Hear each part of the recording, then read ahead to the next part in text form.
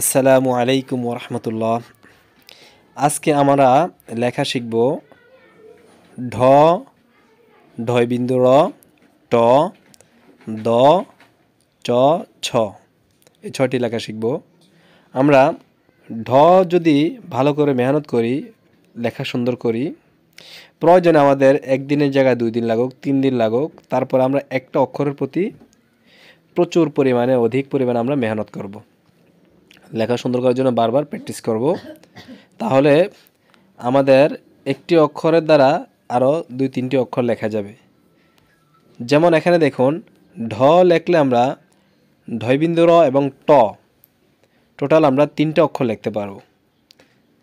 আর দ মোটামুটি ঢয়ের মতোই। আর চ লিখতে পারলে আমরা ছ লিখতে পারব। এখানে ভিডিওতে খেয়াল করুন, চ থেকে আমরা ছ তৈরি করেছি, ছ বানিয়েছি। অতএব আমাদের চ এবং ঢ এই দুইটা যদি ভালো করে লিখতে পারি, তাহলে আমাদের এখানে 5টা অক্ষর চলে আসবে। আর দ যেটা রয়েছে, ছোট দ বলা হয় অথবা অনেকে হাঁটুভাঙ্গা দ বলে, এটা আমরা ঢ থেকে শিখে নেব। আর আমি বলেছিলাম লেখার সময় অনেকে সোজা করে লিখে, আবার অনেকেই বাঁকা করে লিখে। যদি সোজা করে লিখেন তাহলে স্বরচিহ্ন এবং প্রত্যেকটি বর্ণসহ সব কিছুই সোজা করে লিখতে হবে। আর যদি বাঁকা করে লিখেন তাহলে অবশ্যই ডান দিকে সামান্য পরিমাণ, কিঞ্চিত পরিমাণ বাঁকা করে লিখতে হবে। আর বাঁকা করে লিখলেই লেখাটা অতি দ্রুত এবং তাড়াতাড়ি সুন্দর হবে, সহজে আয়ত্তে আসবে। এই বিষয়টা অবশ্যই মাথায় রাখবেন। তো আমার মতে আপনারা সামান্য পরিমাণ ডান দিকে বাঁকা করেই লেখাটা শিখুন, তাহলে বেশি ফায়দা হবে। অতি দ্রুত এবং খুবই সুন্দর করতে পারবেন লেখা। বিশেষ করে আমরা বাচ্চাদেরকে যখন শিখাবো বা আমরা বড় যারা আছি তারা যখন আমরা লেখা শিখব, তখন আমরা এই জিনিসটা ফলো করব।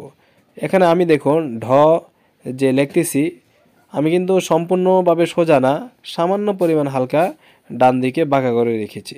ঢ লিখতে পারলে আমরা ঢ, ঢয় বিন্দু র, ট 3টা অক্ষর হয়ে যাবে। আর এখানে দটা মোটামুটি ঢয়ের মতোই, হ্যাঁ, ডান দিকে হালকা বাঁকা করে দিব। আর চ লিখতে পারলে আমরা চ থেকেই ছ তৈরি করতে পারবো, চ থেকে ছ তৈরি করতে পারবো।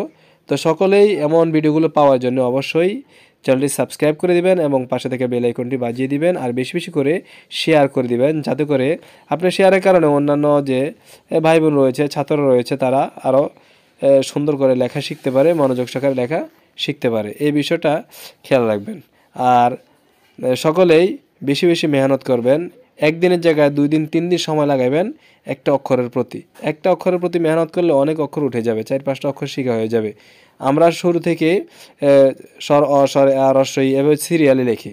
এভাবে না লিখে একটার প্রতি আমরা বেশি মেহনত করি, তাহলে আমাদের লেখা অতি দ্রুত এবং তাড়াতাড়ি সুন্দর হবে।